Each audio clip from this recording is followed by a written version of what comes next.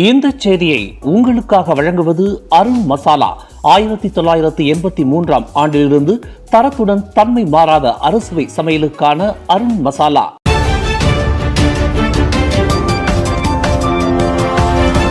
வணக்கம். திசைகளின் ஒரு மணி செய்திகள். தன்மானம் இருந்தால் தேசிய முன்னணியிலிருந்து மாயிக, மாசிசா கட்சிகள் வெளியேற வேண்டும். தான் ஸ்ரீ முஹிடின் யாசின் சவால். தேசிய முன்னணியில் இருந்து மாயிகாவும் மாசிசாவும் விலகி வந்தால் அவ்விரு கட்சிகளையும் கூட்டணியில் சேர்த்து கொள்ள தாம் தயாராக இருப்பதாக பரிகத்தா நேஷனல் தலைவர் தான் ஸ்ரீ முஹிடின் யாசின் தெரிவித்துள்ளார்.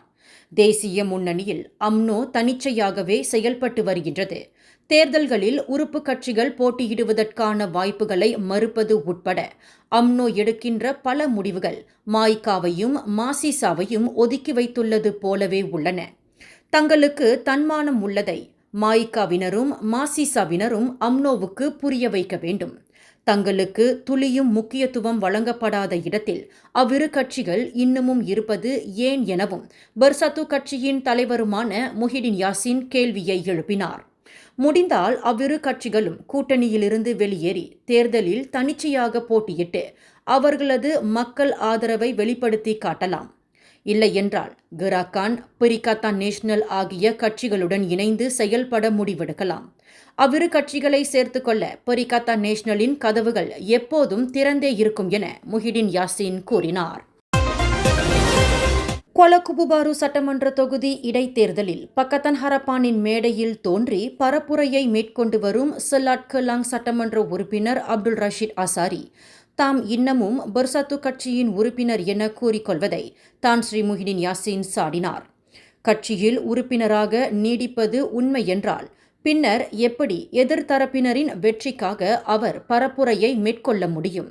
அவரது அக்கூற்று துளியும் ஏற்கும் வகையில் இல்லை என முஹிடின் யாசின் கூறினார். ரஷீத் அசாரி என்ன வேண்டுமானாலும் கூறிக்கொள்ளட்டும். பர்சத்து கட்சிக்கென சட்ட விதிமுறைகள் உள்ளன. எதிரணியினருக்காக அவர் பரப்புரையை மேற்கொண்ட போதே பர்சத்து சட்டத்தின்படி அவர் உறுப்பினர் தகுதியை இழந்துவிட்டதாக முஹிடின் யாசின் குறிப்பிட்டார். பாஸ் கட்சி அங்கம் வகிப்பதற்காக இந்திய சமூகத்தினர் பரிகத்தா நேஷனல் கூட்டணி வேட்பாளர் கைருல் அசாரி சாவூட்டிற்கு ஆதரவாக வாக்களிக்க மாட்டார்கள் என கூறப்படுவதை பாஸ் கட்சியின் சமயமன்ற தலைவர் ஹஷிம் ஜசின் திட்டவட்டமாக மறுத்துள்ளார். இஸ்லாமிய தலைமைத்துவம் மீதான இந்திய சமூகத்தினரின் நம்பிக்கை நாளுக்கு நாள் அதிகரித்து வருவதாக அவர் கூறினார். அதன் வெளிப்பாடாகவே நாளை நடைபெறவுள்ள கொலகுபுபாரு சட்டமன்ற தொகுதி இடைத்தேர்தலில் பரிகத்தா நேஷனல் கூட்டணி வேட்பாளருக்கு ஆதரவாக அச்சமூகத்தினர் வாக்களிப்பார்கள் என ஹஷிம் ஜசின் நம்பிக்கையை வெளிப்படுத்தினார். இஸ்லாமிய தலைமைத்துவத்திடம் காணப்படும் நேர்மை, நிலைத்தன்மை, நம்பிக்கை ஆகிய கூறுகளை உணர்ந்துள்ள இந்தியர்கள் அதனை ஏற்றுக்கொண்டுள்ளனர். பாஸ் கட்சிக்கு இந்தியர்களின் ஆதரவை பெற்றுத் தருவதில் பாஸ் ஆதரவு பேரவை DHPP முக்கிய பங்களிப்பை அளித்துள்ளது. பாஸ் தலைமைத்துவத்துடன் அப்பேரவை நல்லதொரு நட்புறவை கொண்டுள்ள நிலையில் அதன் தலைவருக்கு செனட்டர் பதவி வழங்கி கௌரவிக்கப்பட்டுள்ளது. ஆகையால் பாஸ் கட்சியுடன் நீண்ட காலமாக இருந்து வரும் DHPP பேரவை நிச்சயம் இந்திய சமூகத்தினரின் ஆதரவை தங்கள் கட்சிக்கு பெற்றுத்தரும் என ஹஷிம் ஜசின் குறிப்பிட்டார். இந்தியாவை தளமாக கொண்ட ஃபிஷர் மெடிக்கல் வெஞ்சர்ஸ் LTD எனும் நிறுவனத்தில் இயக்குனர் வாரிய உறுப்பினராக சுகாதார முன்னாள் அமைச்சர் கைரி ஜமாலுடீன் நியமிக்கப்பட்டுள்ளார். ஃபிஷர் கெமிக் LTD என இதற்கு முன்பு அறியப்பட்ட அந்நிறுவனம் அண்மையில் வெளியிட்டிருந்த அதன் பங்கு சந்தை தொடர்பான அறிவிப்பில் கைரியை கூடுதல் இயக்குநராக அறிவித்துள்ளது.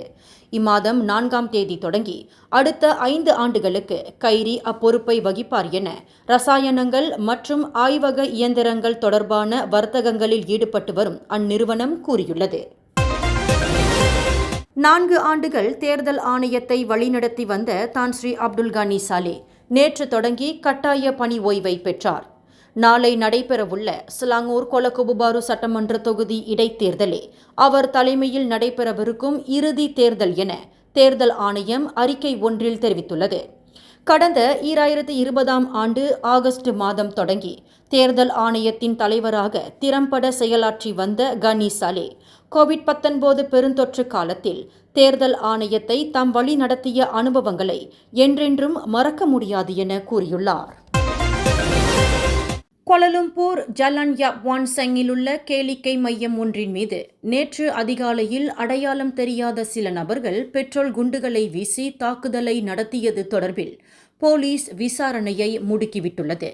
அச்சம்பவத்தை உறுதிப்படுத்திய டாங்வாங்கி மாவட்ட போலீஸ் துணைத் தலைவர் சூப்பரிண்டென்டன்ட் நஸ்ரோன் அப்துல் யூசுப் தீயை மூட்டி சதிநாச வேலையில் ஈடுபட்டது தொடர்பில் குற்றவியல் பிரிவு 435 கீழ் விசாரணை அறிக்கை திறக்கப்பட்டுள்ளதாக கூறினார்.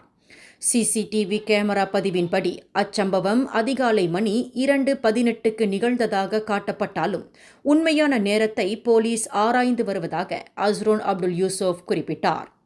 2 மோட்டார் சைக்கிள்களில் வந்திருந்த 4 ஆடவர்களில் ஒருவர் சம்பந்தப்பட்ட மையத்தின் மீது 2 பெட்ரோல் குண்டுகளை வீசிய பிறகு அவர்கள் அனைவரும் அங்கிருந்து தப்பி செல்லும் காணொளி சமூக ஊடகங்களில் பரவலாகியுள்ளது. ஜொஹூர் கொத்ததிங்கியில் கியா ரியோ ரக வாகனத்துடனான சாலை விபத்தில் மோட்டார் சைக்கிளோட்டியான 14 வயது பையன் சம்பவ இடத்திலேயே உயிரிழந்தார். நேற்று மாலை மணி 6:50 அளவில் ஜலான் பண்டார் புனாவார் புங்காய் சாலையில் அந்த விபத்து நிகழ்ந்தது. இடைநிலைப்பள்ளி மாணவரான அவர் செலுத்திய யமஹா எகோ சோலாரிஸ் ரக மோட்டார் சைக்கிள் 22 வயது இளம்பெண் செலுத்திய கியா ரியோ ரக வாகனத்துடன் மோதி விபத்துக்குள்ளானதாக கொத்ததிங்கி மாவட்ட போலீஸ் தலைவர் சூப்பரிண்டென்டன்ட் ஹுசின் ஜமோரா தெரிவித்தார். தலையில் ஏற்பட்ட பலத்த காயம் காரணமாக அம்மாணவர் உயிரிழந்த நிலையில் சடலம் உடற்கூறு ஆய்வுக்காக கொத்ததிங்கி மருத்துவமனைக்கு அனுப்பப்பட்டுள்ளது. அதேவேளை அம்மாணவருடன் பயணித்திருந்த அவரது நண்பருக்கு இடது கை முறிந்த வேளை அதே மருத்துவமனையில் அவர் சிகிச்சை பெற்று வருவதாக ஹுசின் ஜமோரா கூறினார். கொலகுபுபாரு சட்டமன்ற தொகுதிக்கான பரப்புரைகள் இன்றிரவு மணி 11:59க்கு நிறைவடைய உள்ள நிலையில் நாளை அத்தொகுதி வாக்காளர்கள் தங்களுக்கான பிரதிநிதியை தேர்ந்தெடுக்க உள்ளனர். பக்கத்தான் ஹரப்பான், பரிகத்தான் நேஷனல், மலேசிய ரக்யாட் கட்சி ஆகியவற்றுடன் சுயேட்சை வேட்பாளர் ஒருவர் என மொத்தம் 4 வேட்பாளர்கள் களம் காண்கின்றனர். இருப்பினும் பக்கத்தான் ஹரப்பானின் பங் சோக் தாவ், பரிகத்தான் நேஷனலின் கைருல் அசாரி சவுட் ஆகிய 2 வேட்பாளர்களுக்கு இடையில்தான் பலத்த போட்டி நிலவுவதாக கூறப்படுகின்றது. இம்முறை அத்தொகுதியில் 40,226 பேர் தகுதி பெற்ற வாக்காளர்களாக உள்ளனர். அவர்களில் 39,362 பேர் பொது வாக்காளர்கள். ஒரு வாக்காளர் வெளிநாட்டில் உள்ளார். எஞ்சியவர்கள் பாதுகாப்பு படைகளான போலீஸ் மற்றும் இராணுவ உறுப்பினர்களும் அவர்களது துணைகளுமாவர். முன்கூட்டியே வாக்களிப்பில் அவர்கள் வாக்களித்துவிட்டனர். நாளை பொது வாக்காளர்களே வாக்களிக்க உள்ள நிலையில் வெற்றி வாய்ப்பை கணிக்க முடியாத சூழல் இன்னமும் நிலவி வருகின்றது. குறிப்பாக 17 விழுக்காடாக இருக்கும் இந்திய வாக்காளர்களே வெற்றியை தீர்மானிப்பவர்களாக உள்ளதாக கூறப்படுகின்றது. மலாக்கா அலோர் காஜாவில் நேற்றிரவு மணி 8:30 வாக்கில் வாகனத்தில் தனது காதலியுடன் இருந்தபோது ரோந்து போலீஸ் வாகனம் திடீரென வந்ததால் 30 வயதுடைய ஆடவர் ஒருவர் பதற்றத்திற்கு உள்ளானார். எங்கே வாகனத்தினுள் தாங்கள் தவறான செயலில் ஈடுபடுவதாக நினைத்து போலீஸ் தங்களை கைது செய்து விடுமோ என்று அஞ்சிய அவர் போலீசிடமிருந்து தப்பிக்கும் வகையில் தனது பொருடுவா மைவி வாகனத்தை அபாயகரமாக செலுத்தியுள்ளார். மஜித்தானாவிலுள்ள பாதுகாக்கப்பட்ட வனப்பகுதியிலிருந்து பயா லேபார் வரையில் சுமார் 14 கிலோமீட்டர் வரையில் அவ்வாடவர் வாகனத்தை செலுத்திய நிலையில் இறுதியில் வாகனம் ஆற்றினுள் பாய்ந்தது. பின்னர் அவ்வாடவர் நீச்சலடித்தவாறு சிபராங்கை நோக்கி தப்பித்து சென்றதாக அலோர்காஜா மாவட்ட போலீஸ் தலைவர் சூப்பரிண்டென்டன்ட் ஆஷாரி அபுசாமா தெரிவித்தார்.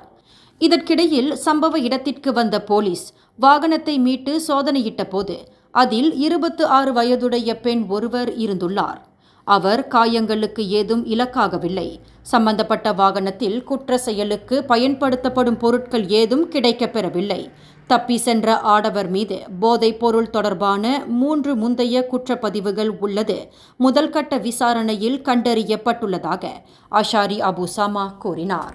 இந்த செய்தியை உங்களுக்காக வழங்கியது அருண் மசாலா. 1983ஆம் ஆண்டிலிருந்து தரத்துடன் தன்மை மாறாத அறுசுவை சமையலுக்கு அருண் மசாலா. மேலும் செய்திகளை தெரிந்து கொள்ள கீழே இருக்கும் பெல் பட்டனை அழுத்துங்கள்.